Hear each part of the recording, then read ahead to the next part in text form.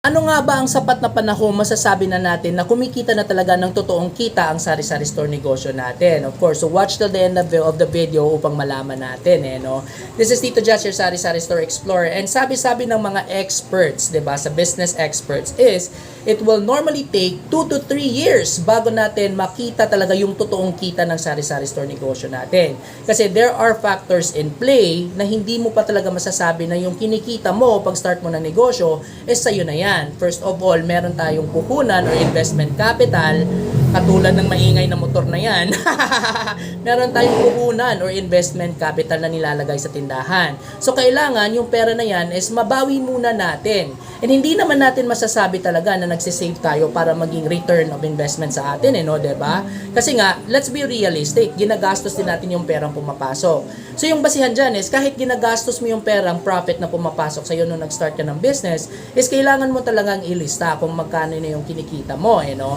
And doon mo na malalaman, the moment na alam mo nang nakalampas ka na sa puhunan na nilagay mo or investment capital mo dyan sa tindahan mo, then it means na yung mga susunod na kikitain mo is totoong profit mo na or totoong kita mo na. So yan yung one of the signs, no?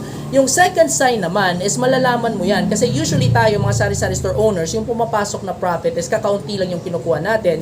And so, misweldo lang tayo sa sarili natin, di ba? Tapos, yung pera, yung kabuuan, binabalik natin sa rolling upang lumago yung mga stocks natin, dumami yung mga binibenta natin, lumago yung tindahan natin, for short. So, isa sa mga factors dyan is, kahit nagro-rolling ka pa ng pera, kumukuha ka pa, tapos nilalagay mo pa yung pera dyan sa stocks para dumami yung stocks mo, is malaki pa rin yung natitira para sa'yo. Okay? So, it means na hindi basta-basta nalulusaw yung mga paninda mo sa tindahan and meron ka ng malaking profit margin or profit na pumapasok sa'yo. So, second sign yan na talagang kumikita na ng totoong kita ang tindahan mo. And of course, this is Tito Jots, your sari-sari store explorer. If you like my videos, no, so meron din akong Instagram and TikTok account. Meron tayong 22,000 followers sa TikTok, so pwede kayong mag-follow doon. So, Jots Arbolario, yun, pwede yun. And, or pwede nyo hanapin sa hashtag sari-sari store explorer. Ayun, lalabas din yung mga videos ko doon.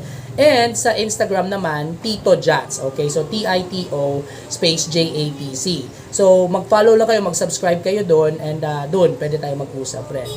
And, of course, the third item on the list is meron ka ng napupundar na savings, okay, upang mag-expand ng negosyo mo. So, pwede mong i-expand yung sari-sari store negosyo mo to where magkaroon ka na ng, magpe-prepare ka na ng pera para sa isang snack bar, or magbibili ka na ng mga items such as printer para magpa-printing ka, galing sa maliit na sari-sari store negosyo.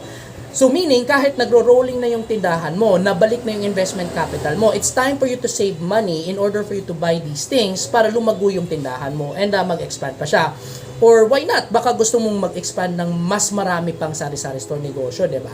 So, yan yung pangatlong basihan na yung pera is talagang kumikita ka na ng kita kasi nabalik na yung puhunan sa'yo and nagkakasave ka na ng pera para sa panibagong venture mo.